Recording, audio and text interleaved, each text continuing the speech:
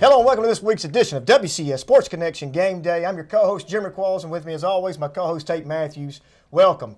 Well, Tate, what an end that the game came to the other night. What an ending of the season. What an ending of the game. It was appropriate only that we got beat by 1 point. Ravenwood at Maryville. It was unbelievable. 6A state championship game. Matter of fact, probably the best in memory for me. Definitely the best game of the year for the TWSAA, but unbelievable run for Ravenwood Raptors. It was. You hear you come up just this short, and they literally came up that short. It was the best game I've seen in years up there.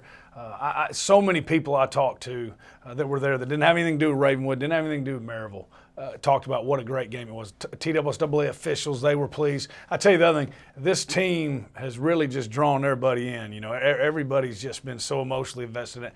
Everybody I knew from other school systems and other teams up there that were watching, they were all pulling for Ravenwood. And it wasn't because they didn't like Maryville. There was something about this team everybody loved. They were so close. I still haven't shaken this. I'm still not over this. I'm still hurting. Well, when I went home this weekend, my wife is telling me to shake it off. I felt like I was back in my coaching days. I walked around like my dog was lost, you know, and I empathize with Coach Hester because we get so emotionally invested in these teams here in the WCS Sports Conference. It's not that we don't like one more than the other. It's just at this point in time, we knew that the road was going to merge to one. That's right. And that one was Ravenwood, and rightfully so. They had the best team.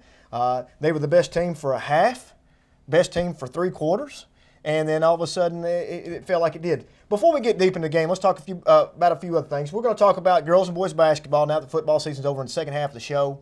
I want to congratulate Page Middle School Wrestling for winning the WMAA Wrestling Championship this year. Congratulations to those guys. And that's our future programs keep building, and it's fun to watch how those programs evolve going into the high school as a feeder programs. But back to the state championship game. You know, the road was long. You go in, you beat Whitehaven, a superbly athletic team in Memphis, to get to the state championship game. Of course, Maryville beats Oakland to get in. Everybody dubbed that the state championship game. Once again, Hester and the guys were playing this back burner role all the way in, playing second fiddle. They don't have a chance. They're going to get beat up. And what do? We come out and we score 28 points in the first quarter, the most points allowed in a game in 3 years for Maryville. It was unbelievable. Everything they were doing was working. They came out, and credit to them. What a game plan Coach Hester and his staff put together. I mean, it was I think the first play of the game, we look up, Van Jefferson's lined up at tailback. They motioned him out. They did not have an answer for what they were doing offensively the first quarter, and then really part of the second quarter too. Credit to Maryville, you knew it was going to happen. George Qualls, great staff. I think he's got 4 former head coaches on his staff. They came in and made adjustments, and if you look at the box score, I mean, obviously they figured some of it out, but it was a great game plan. That first quarter was the most exciting quarter of football I've ever seen in my entire life. It was great.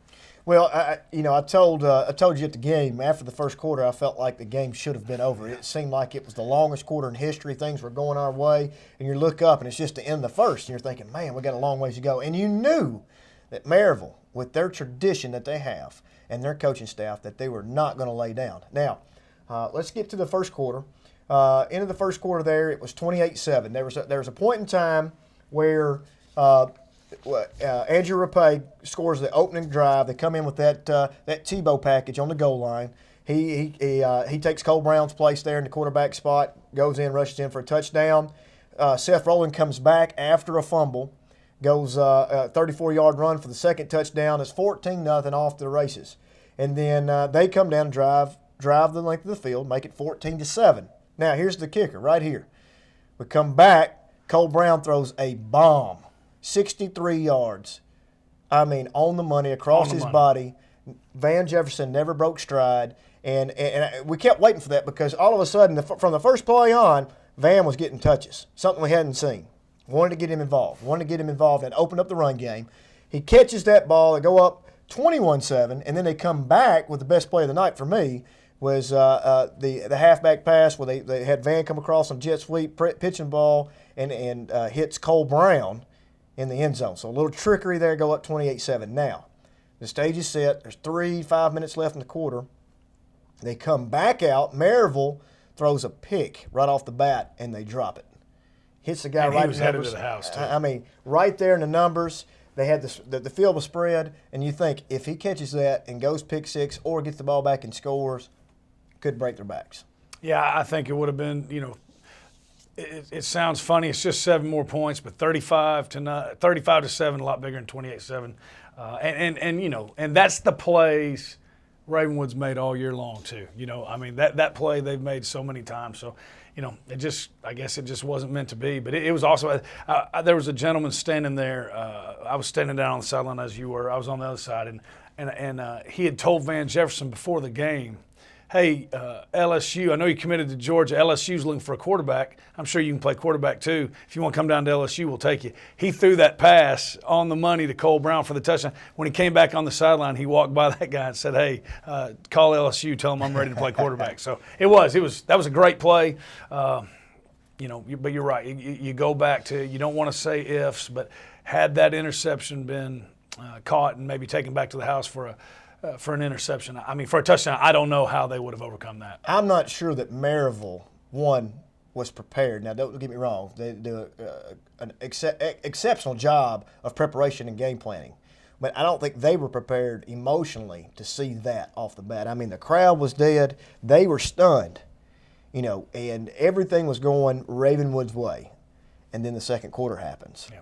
The second quarter, they made the adjustments. They kind of took away the running lanes there. Seth Rowland kind of got shut down, if you will, there in the second quarter. They scored 13 unanswered, and it gives them life. Even if they hold them to 28-14 there and get out of the half, because they got the opening kickoff back of the second half, you still feel like there's a shot. But they never quit. They never went away. And you can see that their offensive line and defensive line, the average size across there, 6'3", 6'4", the young man going to UT, just wearing and tearing on Ravenwood. And the opening lanes up for them running-wise, it was just killing them. Yeah, you're right. I did not realize it until we got there and got on the field. They were huge. We've heard all year long about how big Blackman's line is, how big Oakland's offensive line is. That's the biggest offensive line I've seen all year.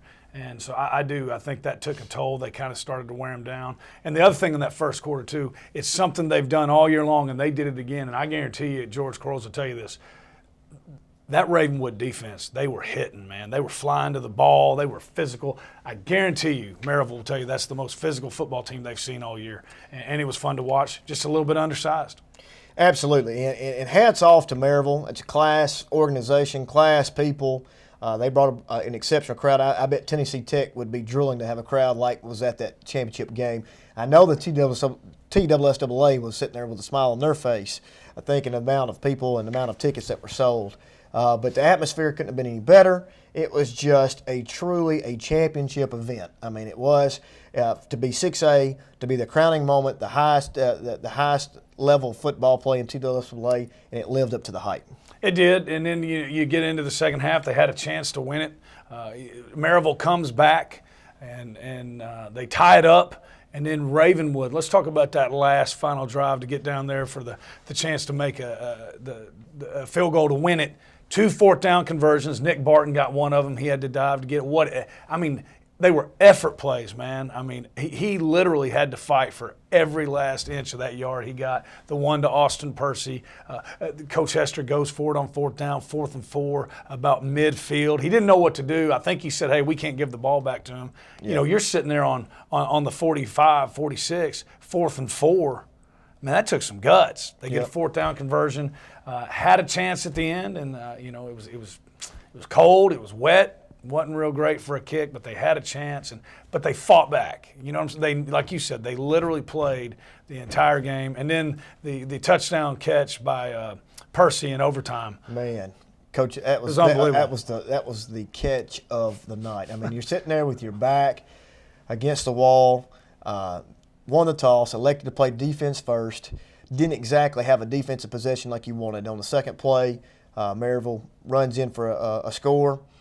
Kicks the extra point, and the pressure goes to you. And from the first play of scrimmage, Cole Brown throws a strike on the outside pylon, and he has to get both tippy toes inbounds, catches it. It's just an unbelievable catch to go in, and then it set the stage. The timeouts happened. Everybody in the stadium knew They were contemplating what are they going to do, what's going to happen with the timeout being called. And Coach Hester decided, and we opinions matter when you talk about these things, but I think rightfully so because we had not stopped them for 3 quarters, and the time was to strike right there. You got the best receiver in the game, 2 best receivers in the game. You got a quarterback that is a dual threat. Strike while the iron's hot and see if you can go ahead and win this thing right here. Yeah, and don't lose. Make sure you understand this too. Had they kicked it and made it and tied it up, they would have had to gone right back on offense. Ravenwood would have been on offense on the first possession of the second overtime. So they'd had to go right back on offense. And then let's say you do score. You're sitting there with the same decision. Do I kick an extra point, go for 2? If you kick the extra point again, Maryville's going to go. If they score, which they probably would have the way it was going, then they go for 2. So I think it was the right call. I think everybody thinks it's the right call. Coach Hester told the team afterwards, we dictated our own outcome. That's right. Nobody dictated it to us. That's right. We came up a little bit short, and that's. I think it was great. I think it's properly said. It was accurate, and you know what? Hats off to both teams. Great. Hate to have somebody had a loser. That just happened to be that they're going to have to probably build another shelf in up there at Maryville. I think that is their 15th overall for the school. 15th. His 10th. Is that correct? 11th. 11th. Excuse me. So hats off to them too, and what a great game. Let's get some stats real quick from that game. I'm going to go with passing first. Cole Brown, 16 of 22 for 259 yards, 2 touchdowns, long 65 to Van Jefferson. Cole Brown was named the MVP of the offense, or offensive MVP of the Blue Cross Blue Shield Bowl game, and Van Jefferson came in. He had 2 attempted passes, probably more than he's had all year combined. He went 1 of 2, 7 yards, 1 touchdown. What about rushing? Well, you know you're going to hear 2 names, Seth Rowland and Chris Rowland. And, of course, Seth, the older brother, 14 attempts, 74 yards, 1 touchdown. He had a 5.3 yards per carry average. And then, of course, his little brother, Chris, not as many carries as usual because this was they actually in the second half had to start passing more. So, but they both, what they did, every yard Seth Rowland got, he fought for. What a physical runner he is. And then they got actually a couple of runs to Van. He never really got loose on many of them, but it kept him honest. I thought it was a great game plan too. Making sure they knew just because he was in the backfield didn't necessarily mean it was going to be a pass. So, just to talk about the athletic ability of their defensive line, the young man that signed with Dylan Jackson. They run the jet sweep to Jefferson to get to the corner, and he is the one that makes the play on Jefferson. I mean, that's just behind the line. He's 6'4", 230, 240, makes an unbelievable play. He doesn't make that play. Van probably picks up 10, 15, or even more to going down the field. So that was an unbelievable play. In receiving, we have been singing the praises of Austin Percy all year long. Austin Percy went 7 catches, 124 yards, 17.7 average. He brings the intangibles to the table on the defensive side too. I mean, this young man is he's a fighter. He is a fighter. And great kid, most underrated player in the conference, if you ask me. But like I said, 124 yards on the night. Yeah, and like we always talk about, he's downfield blocking, physical. He made some big time catches Saturday night. So and played great on defense too. If I'm not a college coach, but if somebody does not pick him up, I've lost all faith in college football. All faith. I'm telling you right now, he is a diamond in the rough. Right here, right now. I'm calling it. I'm getting my energy back. Austin Percy right now. Now, Austin Percy is right now has spoken to some Ivy League schools. I think there's going to be an opportunity there for him to play at the next level, as well as Cole Brown possibly going elsewhere. And those 2 kids right there, no doubt, that's a no-brainer to me. Hey, real quick, I want to make sure we hit this too. And it was a team effort, man. They all played so well. But let's not lose fact that. Remember, this was Cole Brown's first year as a starter. He was, that far away from converting that 2-point conversion, 15-0 as a starter, 6A state champions, beating Maryville, and he did. He brought his A game on Saturday night. That young man couldn't have played better. I'll tell you what we'll do. When we come back from break, we're going to finish up the football season with the cumulative stats from Ravenwood, finish up the game of Maryville, and then we're going to basketball. It's basketball time here in WCS Sports Conference. We'll be right back.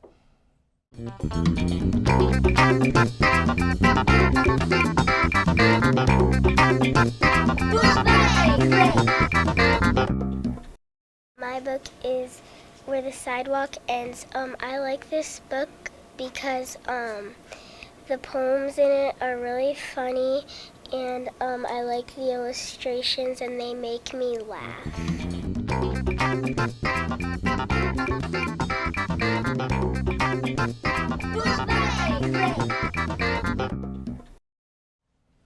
Hello and welcome back to this week's edition of WCS Game Day. I'm Jeremy Qualls, and co-host, and with me as always is Tate Mathews. All right, Tate, let's finish up the football season. Ravenwood football cumulative stats, what do we have? Well, start with passing. Cole Brown, 15 games, 2,469 yards, just almost 2,500 yard passing. I believe he broke the record for Ravenwood, which was just broken last year. By them, and he came out this year and just broke every record they had. 20 touchdowns, almost 60% completion percentage, which is unbelievable. You get to the rushing, Seth Rowland, he did break the 1,500 yards rushing. He had 18 touchdowns. And then receiving, Van Jefferson, this is what was I really loved watching all those rushing yards we had. Van still had 67 yards, 1,223 receiving yards, 13 TDs. Austin Percy with 54 and 935, so he almost got to 1,000.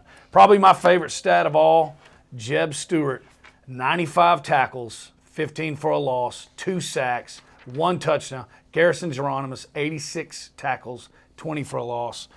Man, that defense, the no-name defense, quit calling them the no-name defense. Bring in the wood. Bring in the wood. I'm telling you. Nick Barton, great senior. A great year for him too. Back there in the secondary. So. You can't say it enough. What a great year it was. Speaking of Van Jefferson, he finished out the year last year with right at 1,100 and change. He breaks his own personal record there with 1,100 going to 1,200. Percy comes up 65 short of 1,000 yards. Sitting there 1,000 yards catching, receiving, with a 4-star recruit on the other side of you. It's just an unbelievable year for these guys. Congratulations. They finished the season as the 6A runner-up, 14-1, 6-0. I think that runs Hale Hester's overall record to 23-3. Yes. 23-3. It's not too shabby. Yep. I think we'll keep him around a little bit longer. And he earned his pay this year. He earned his pay. But before we get into basketball, I want to say, congratulations on all the football teams in the WCS Sports Conference. We had an exceptional year. Unfortunately, that we do have to eliminate each other at some point in time, but Coach Hughes at Fairview got selected to be a coach in the East-West game. Congratulations to him. Coach Rathbone at Page, successful year. The Doctor of Defense, Donnie Webb, over at Franklin. Coach Wilbert at Brentwood. Coach Rector in a great run there at Centennial to get into that quarterfinal game. Coach Coleman at Summit, no old Sparty. They're building things up. Things are looking on the up and up for them. And, of course, Coach Hester at Ravenwood. Thanks for all those guys. Their coaching staff, their kids, and the way they conduct themselves on the sideline are second to none, and I appreciate those guys. They did, yep, and it's going to be fun to see what happens next year. Going to new districts, that's a conversation for another show. We were able to keep a lot of the old rivalries, but not all of them, but it's going to be a little bit different next year. They're not all going to play each other again, but we kept a lot of them, so Franklin and Ravenwood will be in 6A. The rest of them will be down in 5A. It's going to be interesting, but it's going to be. We know it's going to be fun. Well, next week we'll have our WCS Game Day All-Conference team, so stay tuned for that. That'll be coming next week. What's going to be the toughest position to pick? Quarterback. No doubt. Quarterback. I don't know what Go I'm ahead and gonna do. say who you're thinking right now. I don't know. We got Magochi. We got Zimmerman. And got your boy Zimmerman. We've got Cole Brown. You've got Andrew Bunch. You've got Joe Critchlow. Dub Peyton Manning over there. It's going to be tough. But stay tuned. Next week we'll have our all-conference team next week. And that includes both Division I, Division II groups bunched together, and we'll see what happens. Yeah, it's going to be fun. All right, it's basketball time here in WCS Sports Conference. I'm excited about it. There's nothing better than going in on a Friday night, smelling that fresh varnish, smelling that popcorn cooking, hearing the sneakers squeak. And right now, as it sits, let's go through the rundown on the girls' side of things right now. Page girls sitting at 2-5. Fairview sitting at 1-6. The Lady Bruins of Brentwood are rolling, undefeated right now at 10-0. Centennial sitting at 4-3. Franklin 3-6. Independence 2-7. The Lady Sparties sitting at 4-7 at Summit, and Ravenwood sitting at 6-3. What do we have on the boys' side? Page 4-6. Fairview 1-6. Brentwood 9-2. Centennial 2-5. Franklin 6-3. Independence is sitting at 6-3 as well. Old Sparty, 8-3. They're rolling. Ravenwood 3-5. I look forward to going out and doing game day at those places, especially for Old Sparty, because we always said all year long their culture was great if they just had something to win for. Right now, Coach Ladd has the boys, the Spartans right now, rolling down there at Summit. He's got the second best record of the boys team in the conference right now. So let's do a girls rundown. Let's look at the schedules that are upcoming for the girls. We know that who they're going to play for the week. Let's start right now with Brentwood at Franklin. This is intriguing to me on Friday night. Right now, especially I'm looking from the boys' perspective. Right now we're going to talk girls. Brentwood at Franklin right now, Brentwood girls, Coach Siegenthaler, the Lady Bruins are just rolling right now, 10-0. They are. Coach Sig's been there a long time. He prides, if you ever talk to him, he prides himself on they're a program. Brentwood Lady Bruins basketball and boys basketball, they're a program. He's been there a long time. He's got that thing rolling. He knew this was going to be a good team. Jenny Roy broke 1,000 points right at the beginning of the season, but 10-0, really good. It looks like we're heading on a collision course with, obviously they're not in Williams County, but they're in this district. Dixon County, Brentwood. I think we're going to have some really good games between those two this year. Well, Dixon has a young lady that's committed and signed with Vanderbilt. Of course, Jenny Roy is going to Belmont. Be intriguing to see how that match and that chess match will play out. Looks like probably they'll play 3, if not 4, and possibly even 5 times this year. And that's a different dynamic in football. We talked about when Centennial played at the end of the year there, they played Franklin and then turned around and had to play. That's difficult because you're expecting to see them one time a year. You prepare for them. Basketball is kind of a different scenario. You know what you're getting. You get a quick turnaround there. At some point in time, you play them again. But when you play in those tournament plays and you go district, regions, and then state, especially in the district and region part, it's tough to turn around and beat a team twice. Without a doubt. You look at Rutherford County last year. Siegel beat Blackman 3 out of 4 times in the regular season. Then they get to the tournament, beat them in the district. Then they get to a region. Blackman beats them. Blackman goes on and wins the state championship. So it is. You can't get 2 down after 1 loss to a district opponent in basketball. Yeah, Franklin's sitting right now. The Lady Rebels are sitting at 3-6, and I know that Carrie Goodwin right now is probably not exactly thrilled that they're below 500, but coming from last year, I think they're on the up and up as well. Their program's growing, but they're up for a tall task on Friday night. Yeah, they are, and for whatever the reasons, there's a lot of there's hadn't been a whole lot of. Like Coach Sig. Coach Sig's been at Brentwood for over 20 years. There's been a lot of coaches in women's basketball in the past few years at Franklin. Coach Goodwin's there. She's on the right track. She's been a lot of good places. That team is getting better, but you're right. It's going to be a tough task for them against Brentwood, but that's why you play, and then we saw it the other night. Nobody gave Ravenwood a chance, and see what happened in the game. All right, Centennial. Centennial's playing at Dixon. We've already spoken of Dixon. Coach Hill there at Centennial is doing a pretty good job, sitting at 4-3, above 500. Anytime you stay above 500 is doing well, with wins over Stratford, Lighthouse Christian, Mount Pleasant, and looking pretty decent. They are on a little skid here. They've lost 3 in a row with Glencliff, East Nashville, and of course the Brentwood the other night. But things are opening up and up. Interesting game there. See how they respond to the girl at Dixon. Coach Hill's done a great job. Hey, there have been times, a lot of times, when Centennial Lady Cougars haven't even won 4 games in an entire season at Centennial. They're sitting there at 4-3. What a great start to the year. Tough task, but I'm really excited about them. I think if you have to give an early season award, he's doing a great job. Then you got Summit. Summit's playing Ravenwood at home, and sitting down right now, Summit sitting at 4-7. Ravenwood, Mariska Harris has got that program completely turned around. 6-3, they've won 6 of their last 7 games with a big win at Independence, 46-30. So they've already got the early start. They're sitting 1-0 in the district. It's all that matters anyway.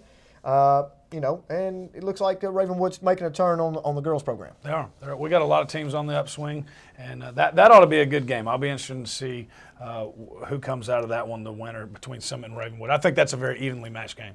Last is of the Division I guys is Indy. They host Riverdale. No, that's a tall task for the girls, especially Coach Barrett at Riverdale. That's kind of like the Maryville of basketball right now, and be a pretty tough task for those guys right now. It is. Coach White does a great job at Independence. She's got them on the right track, but that's That's a tough task right there. In Division II, we got Fairview. Right now, Fairview's, Wayne McGowan sitting there at 1-6, struggling a little bit.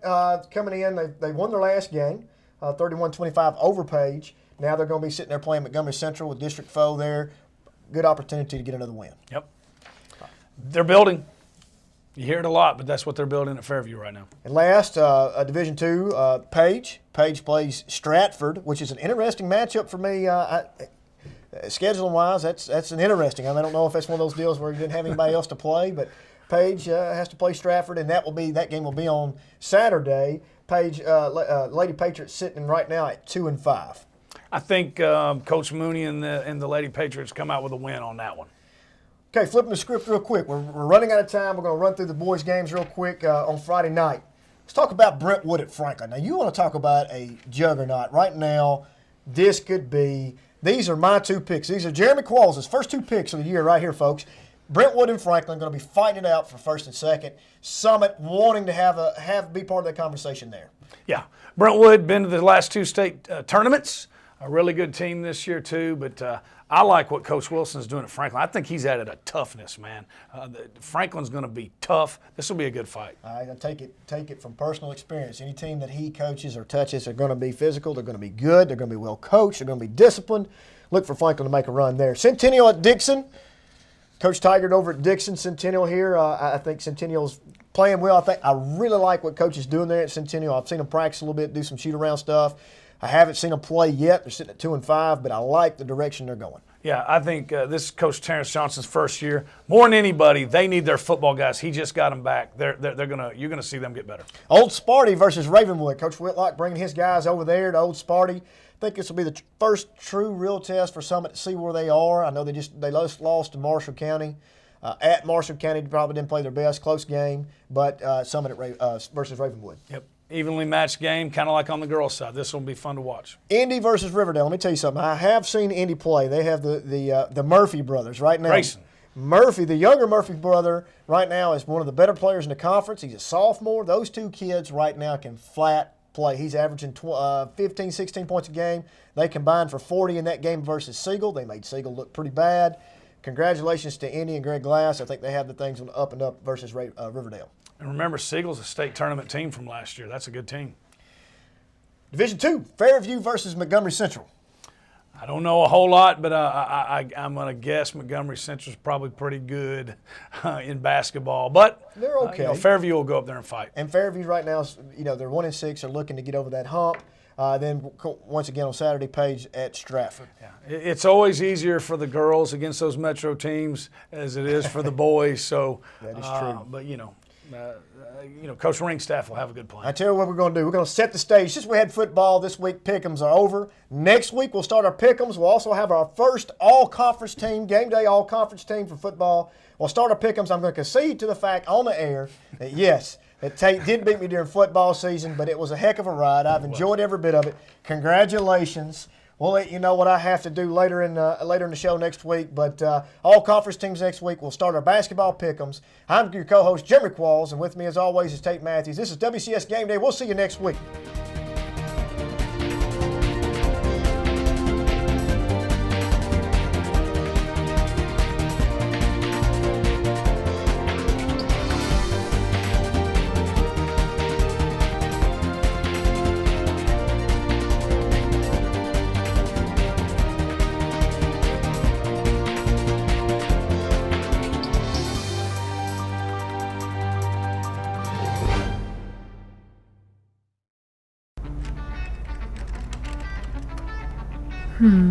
What should I make my password? Oh, I know. I'll make my password password. Passwords should be unique, private, non-personal, and secure. Use more than one word, use different character classes, use symbols and numbers, and use multiple passwords for different sites. And always remember never to share your passwords.